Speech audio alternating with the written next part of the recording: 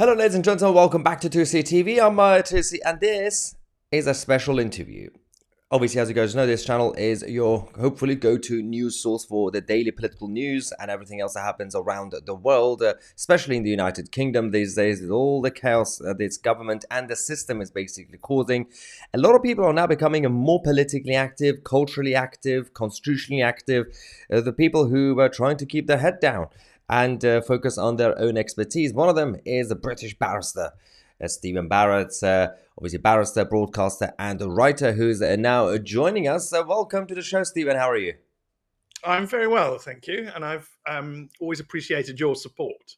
Yeah, so some of the people watching this are already familiar with you. You are a friend of TCTV. You've done a number of shows on this channel. We usually bring you up as a kind of legal expert to talk about constitutional issues and everything else. But apparently things are changing, and individuals like yourselves are saying enough is enough. And you seem to be worried about the direction that not just this country, but the Western world is taking. Tell us more, because I believe you have also launched a new Substack, which the link is in the description, by the way. Why did you do that? What are you doing? What's happening? Yes, so as you know, I was quite cautious about publicity. I'm very old-fashioned. I was aware of Twitter 10 years before I joined it, and I, wasn't necessarily sure it was for me. So I always took a terribly old-fashioned view of things. I mean, even writing in The Spectator, I resisted doing for a number of years, just because I am just boring and slow. But what has happened to me since the general election, really, and this is not an attack on the Labour Party, anybody who likes the Labour Party or anybody who believes in Labour Party values, because I Mm, don't specifically see this government as actually a Labour government. I mean, it's difficult to argue that a yeah. genuinely Labour government would remove the winter fuel allowance, for example. It's just that I don't.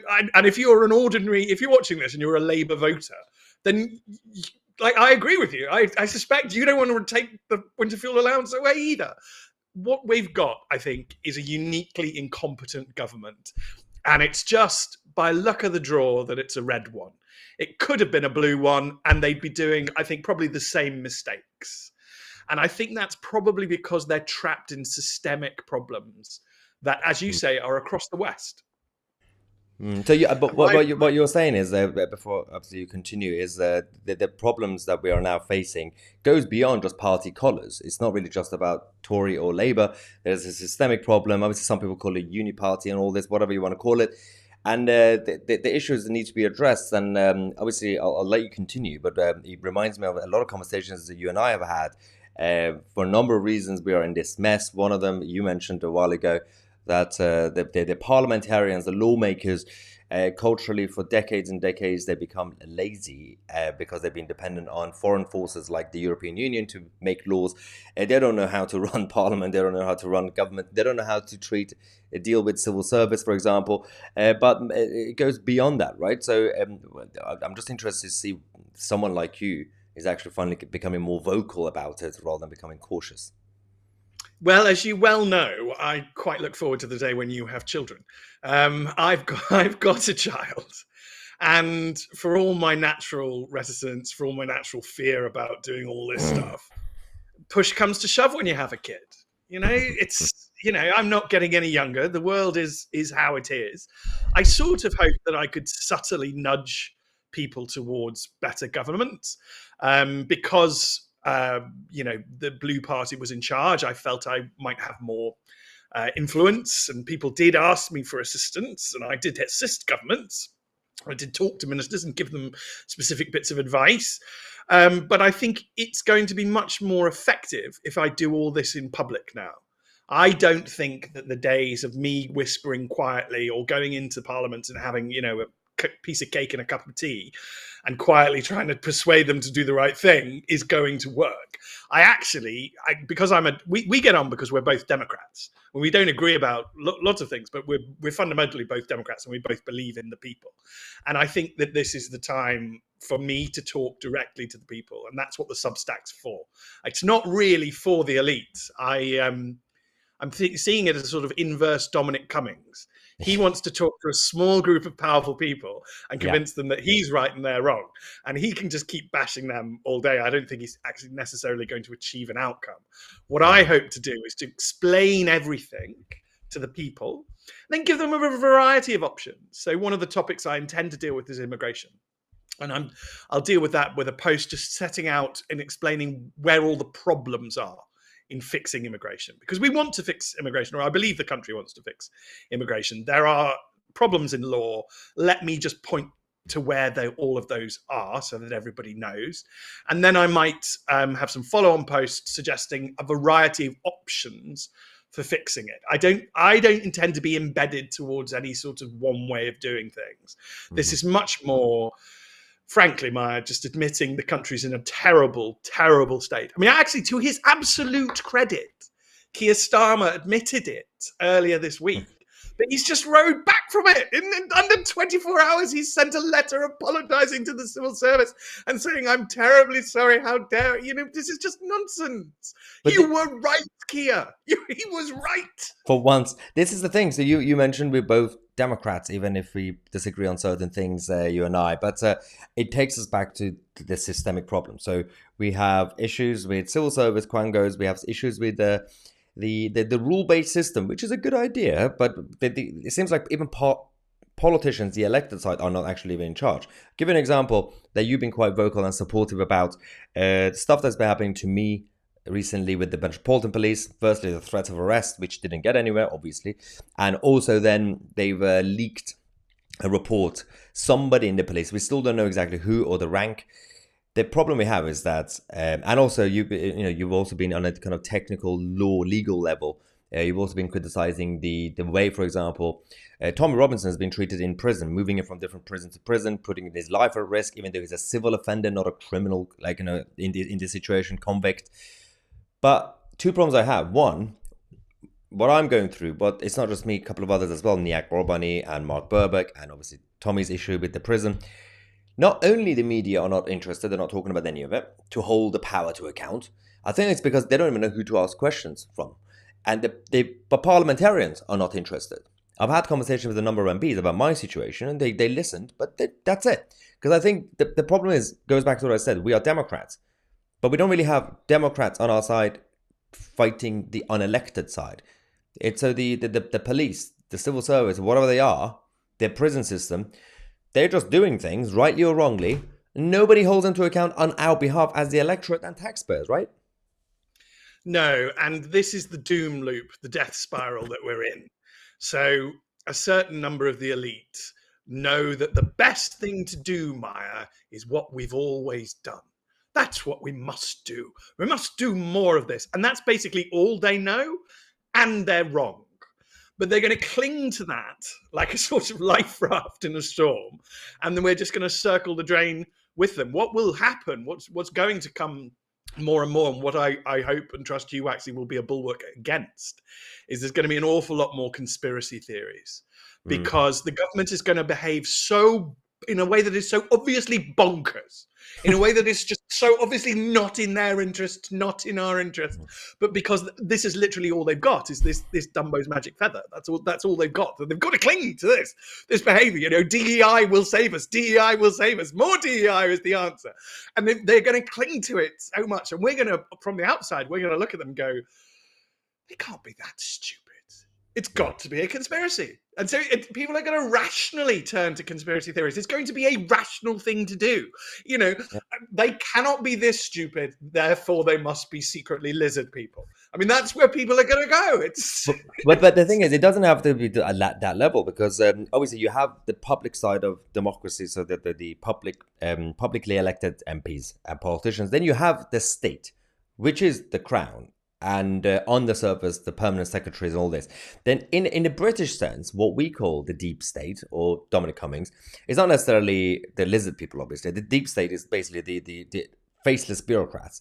And I believe your mission is also essentially, to make it like the layman terms, is to basically expose and fight back against the British deep state. But how do we do this? Because as I said, Dominic Cummings is also doing it, but he's speaking to a minority of also powerful intellectual technocrats, because he believes in technocrats as a solution. which is fair enough. But I don't necessarily agree with it. But how do we go around and actually make things different, make it more democratic, away from the actual British deep state? Well, so the difference between me and somebody like Cummings is the difference between Saruman and Gandalf. So I believe in the little hobbits in the Shire and in us, all of us, and that Yeah. we will effectively save the world. I don't necessarily believe. I mean, I've met most of our elite. That's something. I mean, we don't talk about it, but most of your viewers should be aware. I basically know basically everyone. Certainly, I mean, they have to be polite to my face, even if they're rude to me on Twitter. But I don't believe that there's some sort of amazing magical elf who's going to come along and save us all. I don't believe that there's one of these wizards or an intelligent person is just going to turn into a benign ruler who fixes everything and we don't have to do anything. No, I'm afraid it's hard graft for all of us hobbits.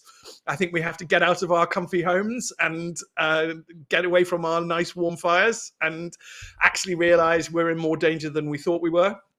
And it's time to fix everything. And that's what I want to use my Substack in particular to do. I really think forewarned is forearmed. And if I can teach people, I mean, I think that there was an act of state collapse that I was involved in. So 2 years ago, Maya, I was invited in by a parliamentary committee to explain that they could make law. Right? That is very flattering and it's very nice. And it's my most viewed video on YouTube. But it should never have happened. The idea that they needed me to know basic stuff, really basic stuff. So I'm going to start explaining to everybody where power is. We've actually, whether you're blue or red, there are always good and bad ministers. So there will be good people in this red government. They just will. And there'll be good and decent people. And they will be ministers and they'll be pulling on levers and they'll be discovering that the lever isn't connected to anything. And I would talk to good blue ministers who would say, I'm pulling on this lever and nothing's happening. Why is nothing happening? I'm going to start explaining why nothing's happening. I'm going to start explaining the structural breaking because we are as a structure broken. Isn't it because, so if you have one or two good ministers, whatever the party, good MPs, isn't it because they don't know where to basically press, what button to press? Because, for example, in the past, Margaret Thatcher and many others managed to do it. Is it because they are being bamboozled by the British deep state, whether it's obviously the faceless bureaucrats or whatever? They get briefing. No, you can't do that. You can't do this. We've already decided we're going to give away the Chagos Islands. Don't worry about it. Everything's fine. So I think this is the whole point, because a lot of issues they go back to how to actually teach. Because what you should do and what everybody else is, on the one hand, talk to the hobbits, normal people out there, but also out of normal people, you're going to have the good politicians eventually coming up, right? So that we could also help them learn how to deal with Sir Humphrey of the civil service and the others, because this is what we mean by the British deep state, is that it's just faceless. And I remember Michael Caine, the actor, was talking about it when he was voting for Brexit in 2016. He mentioned, the reason I'm against the EU is because I'm against the faceless bureaucrats running our country. Now, the same thing is already happening anyway. It doesn't matter who the minister is right now, and they actually use it. For example, they could throw Yvette Cooper under the bus as Home Secretary. They could replace her with someone else. The same thing will continue. And the same thing with First Ministers in Scotland. You could get rid of Nicola Sturgeon, bring in Humza, get rid of Humza, bring in Swinney. Nothing changes. How do we break that? Create a crack. That is where I need to focus my attention. And that's why you get this. There's a duality to the truth. There isn't a conspiracy, as in there isn't a bunch of people in a back room going, "How do we, mess up the UK?" Ha ha ha, twirling them. It's autopilot. Yeah, it is autopilot. The system is set up in a way that incentivizes people to work in a way which is detrimental to our interest. So it doesn't. That's why James Cleverly started the talks on the Chagos Islands. It doesn't matter what colour your government is. It doesn't matter which way you vote. And again, I don't even believe it was deliberately set up. I think this is just how you get there with incentives. And and as I say to Sakir, I mean, he does actually know this. He does know, because you can see it. But he thinks the answer is to rejoin the EU. But I'm afraid that he's got exactly the same problem. And it's not. This is not an anti-European thing, because Australia and Canada and New Zealand have all got exactly the same bloody problem at the same time. The only people trying to fix it right now are Elon and Trump. Yeah. And we should all genuinely pray that they succeed. They'll do it within their constitution. We have just a different type of vessel. We're a different type of ship. And we move in a different way and we work in a different way. So I'm just going to be explaining how we do it here. But it can be done. And so Humphrey, or whatever he's become, he used to be respectable, but whatever he is now. Yeah, but that's the thing. So there are other good news as well. You got Javier Milei in Argentina, but again, it's a different system, different structure as a country constitutionally. But it's good that we have different best case studies, because back in the day, in the 80s, we only had to Reagan and Thatcher. Ooh, you could agree, you could disagree with some of their policies. It doesn't matter, but they broke that, the glass. But some would say the US has a different type of so-called deep state. Again, not lizard people in that sense, but the intelligence community and certain people, the Pentagon, they are in there, the State Department. Whereas they can still make changes. When the president changes, they can remove everybody from the White House. They could bring their people. We can't do that here. So you can actually make an argument that it would be easier in America if you have the right people, right team to make that change. It's even harder here than the US. The same US with the FBI and CIA, all the dark agencies, blah, blah, blah. Actually, it seems much harder here than America. And I think this is what you're talking about, right? Well, you've foreshadowed one of my future articles, because there on that question there are two solutions, and one of them, which you see very clearly, is to simply change us so that we copy America, allowing an incoming administration to massively change who is employed in what job. There is a downside to that, in that you lose institutional memory, you lose expertise. You've got a bunch of newcomers; they don't know what the heck they're doing. The argument, so I think that the Conservative Party is currently broken. It's not getting a lot of attention because it's not in headline news. But I don't think that Conservative central office works. And the argument against simply sacking everybody is, oh, well, we won't know what we're doing. How are we, we've got to do gradual change. We can't do immediate change. Well, that's an interesting one. I'm not sure if that's true. There is also the traditional British solution was to enforce impartiality on public servants. Now, it's a bit hard to see how it can be done nowadays. It's difficult these days with the culture change. Dead. So you'd need a massive cultural shift. You'd probably need to sack quite a lot of the heads of department. But what I should do is in a Substack article explain these two choices, and then people can decide which one they want. And hopefully they will go and talk to their MPs and say, there's this guy.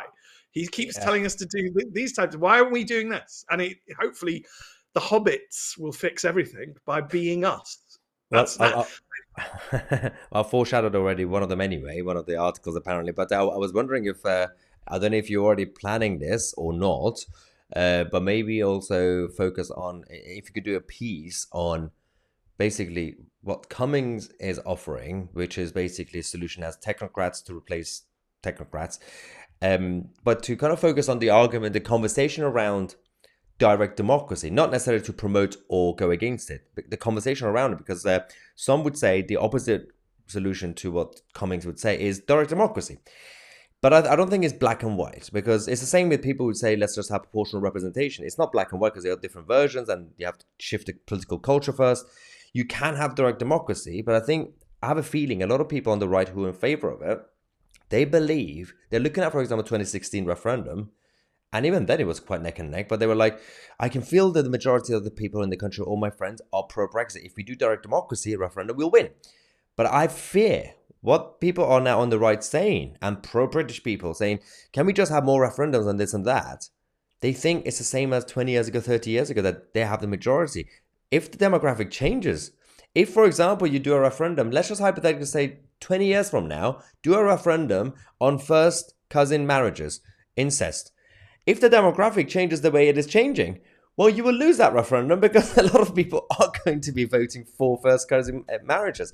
So how do we do this? Because, the alternative is to go more towards a direct democracy, more people power, however you want to do it. But if the demographic is changing, isn't that going to backfire?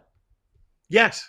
And this is what I should do. I don't intend my Substack to be Mm. sitting there like a megaphone going, you must do this, you must Mm. do that.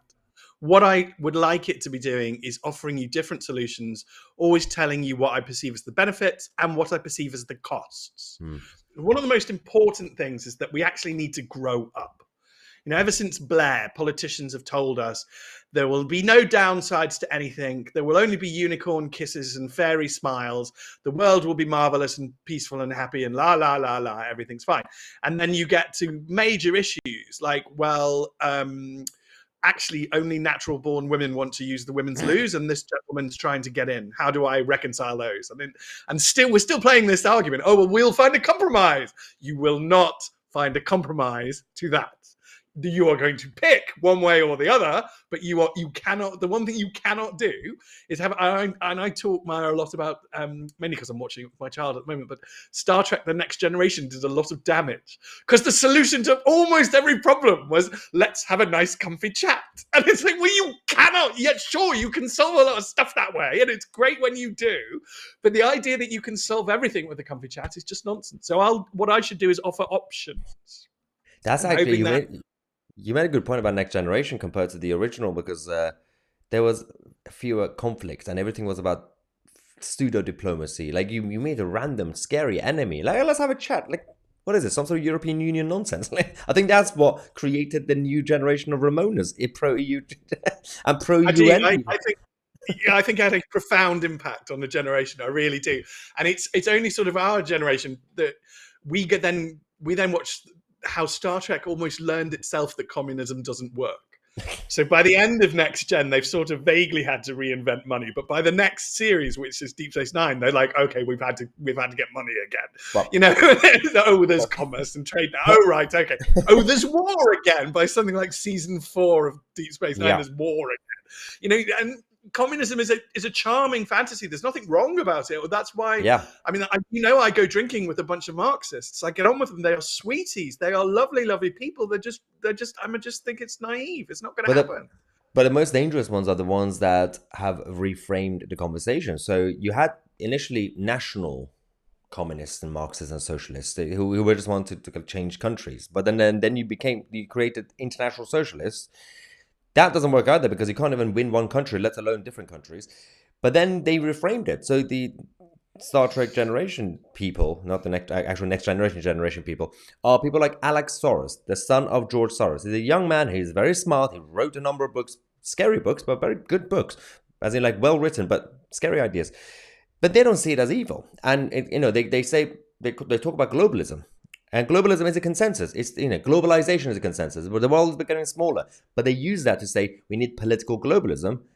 They don't see it as a new version of modern international communism, but it is, because they say, well, no, we just want to trade and we believe in markets. Yeah, you believe in markets, but a few powerful corporations calling the shots on behalf of it's like you want Sainsbury's and Tesco to call the shots for their random small local shop off license. That is your worldview. It's a modern version of a communism. And this is the other thing that we have to obviously fight back. Hopefully, you will also focus on those things on a more global level as well. So how do people sign up? What's going on? So the link is in the description, Substack. So what's happening? Yeah, so they can go along and click that link, or they can just put Stephen Barrett Substack into Google. I mean, and I'm not going to say any other search engine. Everybody uses bloody Google. But and hopefully sign up. I mean, by all means, sign up free to see if you like it to begin with. Oh, they can do that then. That's fine. Yeah. They can. A lot of the content is going to be paid because I really want to move my focus here. And I'm going to start. I'm having the first one on Friday, one of my live chats at 6 p.m. on Friday. Hopefully that will make me more accessible. I'm already using the chat feature much more. I'm going to learn, I'm terrible at technology, so I literally have to learn all these bloody things. Then I'll do podcasts and maybe interview people. Maybe you can come on my podcast, Maya. That would be very nice. But I'll have people like David Starkey on and, Claire Fox, and all my friends will have to come because I'll just make them. Oh, and Boris has endorsed the Substack. I don't know if people know that. Yeah, but I've got a little video from Boris Johnson endorsing my Substack. So hopefully people will come along and learn things. And I'm going to start telling the truth about what's going on. Because 4 years ago, I wouldn't have said the truth for fear of being laughed at. but it is true. Like, we Yeah, do live in a corporate socialist state. These things are true, and they yeah. need saying. Otherwise, we're never going to fix them. And It will be, it's yeah. really my child that's making me do this, because I can't abandon my kid. No, You know, if it was just absolutely. me. No, it would be good to see if you could also, obviously, because you're friends with Boris, to see at some point if you could get him on because for an interview. Because obviously, we know Boris is never open in terms of actually being completely transparent because he goes off the rail. But we also know that he's up to something right now because he's having all these parties, regular parties. But he's campaigning with his book and all that stuff. Because I think it would be good to kind of get something out of him in terms of what his overall perspective is on how the system works. He was prime minister. He doesn't need to leak anything. He doesn't need to but it would be good for him to say publicly, yeah, that part of the system was one of the problems. That was a problem. He's never said it, and a lot of people just see him as a traitor. But if he comes out and says, well, that was one of the reasons I couldn't do certain things, it might help. He was prime minister. No, I see that point. One of the people who's actually been quite courageous, just given the amount of sheer mockery that was piled on her, is Mm, Liz Truss. I mean, yeah. I, I don't know how anybody can't just, you don't have to like her. You don't have Mm, to agree with her on anything, but mm, sheer moral character to survive that. And not, I'd just have run away to the woods, Maya. I'd live in a wood cabin now if they'd piled that much mockery on me. And she's come out with a documentary in the Wall Street Journal today. very I mean, good. and Yeah. nothing seems to stop her. Now, that doesn't mean she's right, but I No. do admire that, because if we do what I would have done 4 years ago and Mm, run away when somebody's rude to us, yeah. then we're going to lose. And frankly, that running away has not helped us. And I've watched it. I haven't really improved anything in this country. And it's Mm. time to at least start trying, regardless of what they say. Yes. Well, on that note, a special thank you to Stephen Barrett and his new fight for the Hubbards against the British deep state and everybody else. Thank you so much for watching. I'm Maya Tousi, and we are the media.